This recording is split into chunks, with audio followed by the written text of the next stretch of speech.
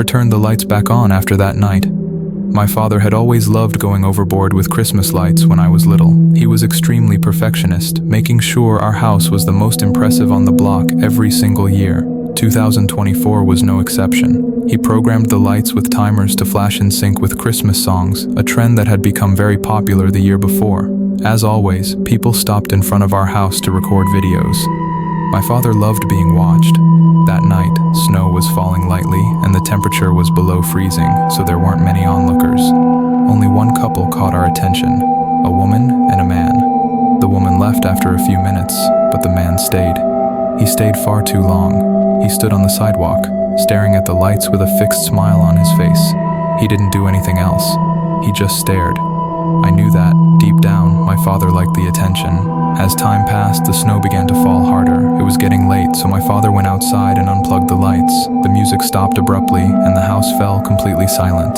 That was our signal that the night was over. We all went to our rooms.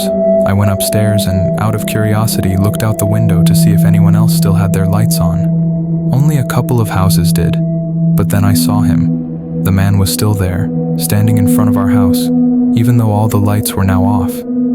I felt a knot form in my stomach. I quietly called my dad.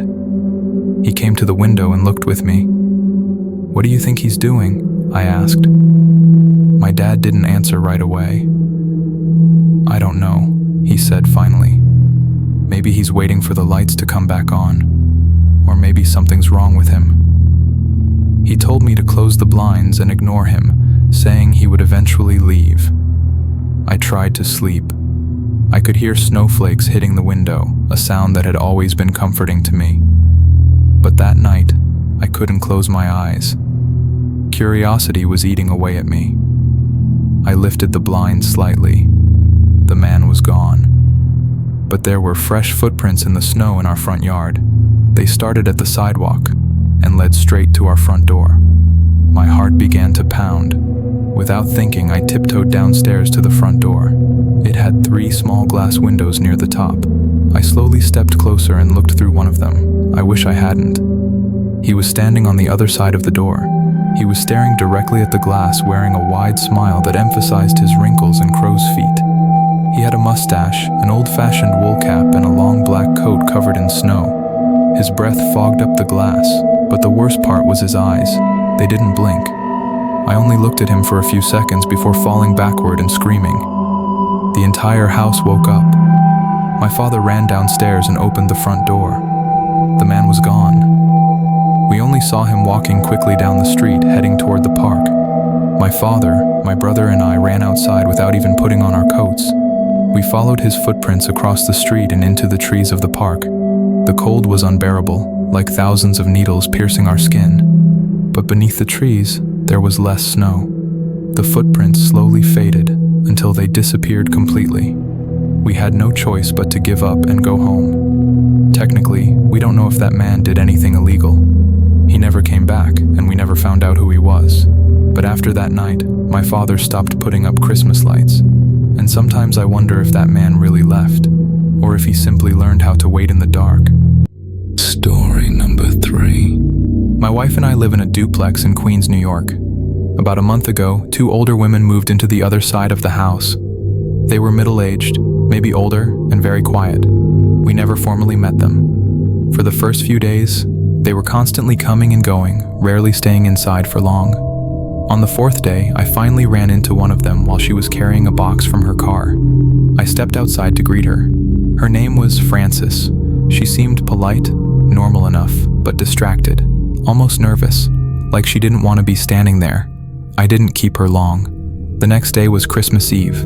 My wife and I were hosting my sister and her family. Dinner was going smoothly, laughter, conversation, nothing out of the ordinary, until we all went quiet at the same time. Someone was trying to open our front door, not knocking, not ringing the bell, pushing it. I got up and opened the door. By the time I did, no one was standing on the stoop, but I saw a woman walking away down the sidewalk. Someone started to call out to her, but stopped mid-word. We decided not to bother. Probably the wrong house. That's what I told my family when I sat back down. Wrong house. Everyone left around 9. My wife and I started cleaning up. I was washing dishes when I heard the front door open, and then slam shut hard enough to make the walls vibrate. At first, I assumed it was my wife, or maybe one of my sisters coming back for something they forgot. Then I called out. My wife answered from the bedroom. I turned off the sink, dried my hands, and walked into the living room. A woman was sitting in my recliner. She was facing the wall, not the TV, just staring at it, mumbling to herself in a low, constant whisper, like she was having a conversation with someone who wasn't there. I recognized her immediately. She was one of the women from next door. My wife entered the room and gasped. I calmly told the woman she was in the wrong house. She slowly turned her head toward me. Her eyes didn't really focus. She just looked through me and kept muttering. It was obvious something was wrong. I told my wife to go next door and get Frances. She came back almost immediately.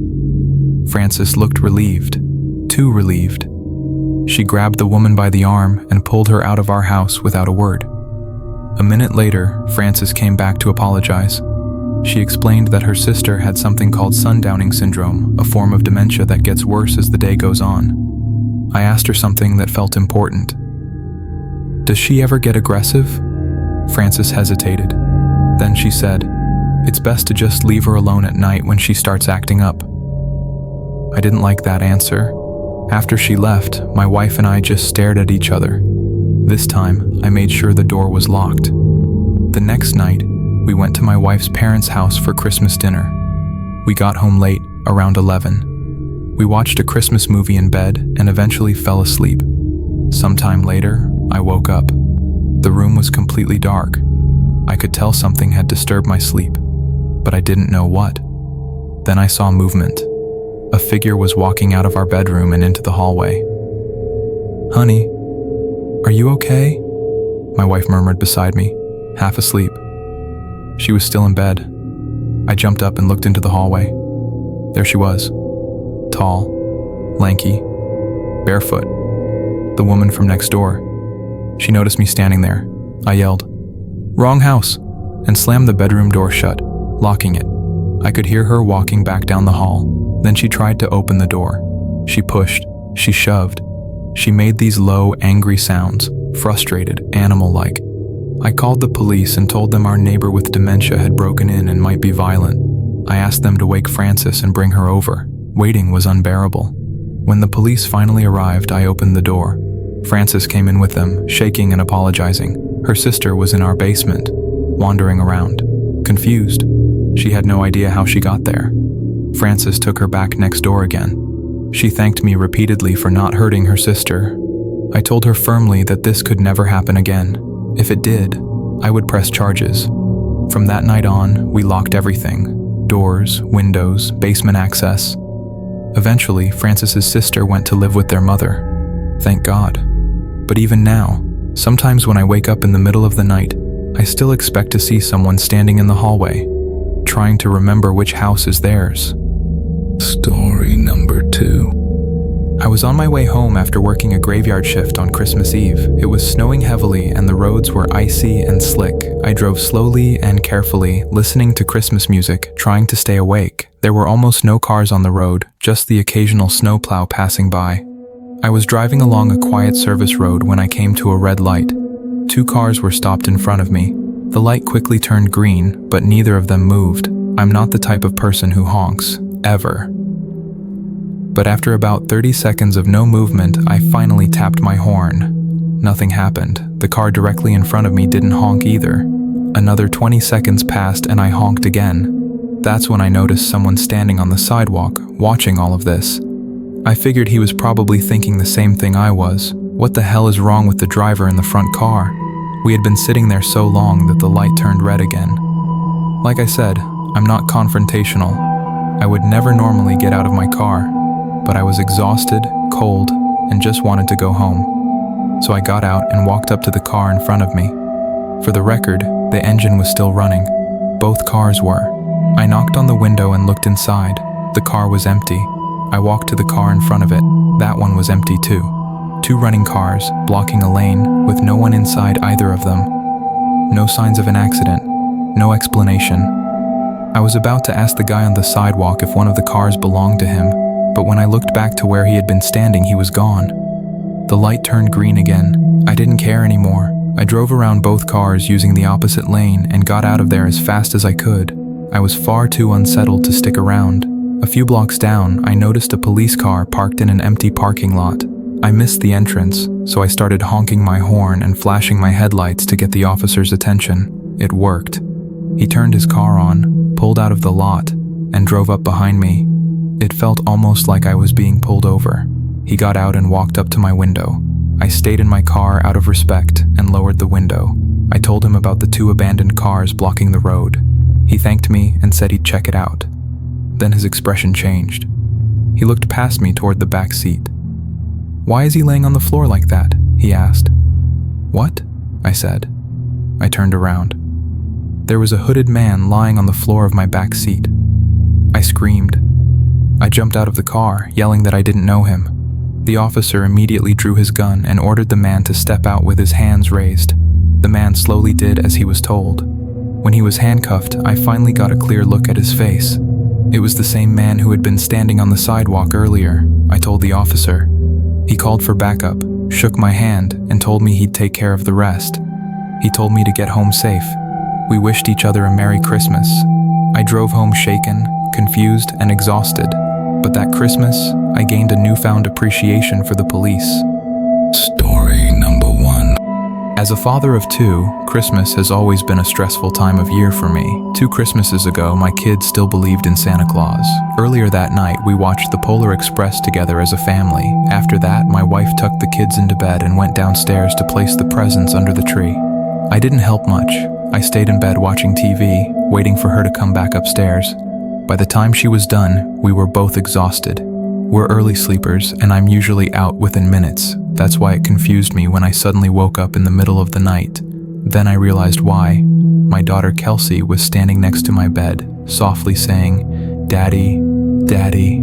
I rubbed my eyes and asked her what was wrong. She had a wide, excited smile on her face. "Santa's here," she whispered. Half asleep, I smiled back and told her that yes, he was. I gently told her she needed to be quiet and hurry back to her room so Santa wouldn't know she was awake. She giggled, said okay, and walked out of my room, leaving the door slightly open. I laid back down, trying to fall asleep again. A couple of minutes later, I heard movement downstairs, soft shuffling sounds. I sighed, already annoyed. Kelsey had tried to sneak down early the year before to open presents.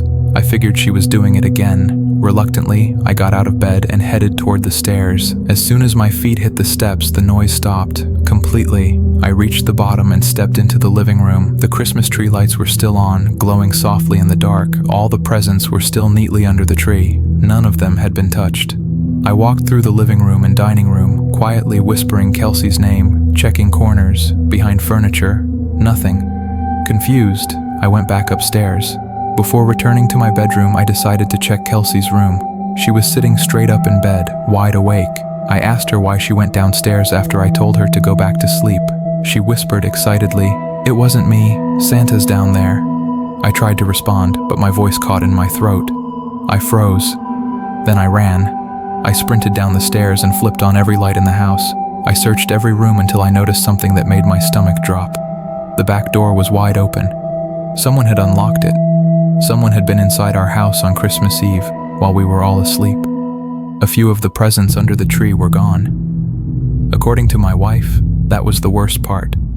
But for me, the worst part was something else. I heard whoever was down there, and my 7-year-old daughter heard them too. She heard them well enough to come into my room, smile at me, and warn me, and that thought still haunts me to this day. Thank you for watching. If you enjoyed this story and want more horror like this, consider subscribing to the channel. It really helps a lot.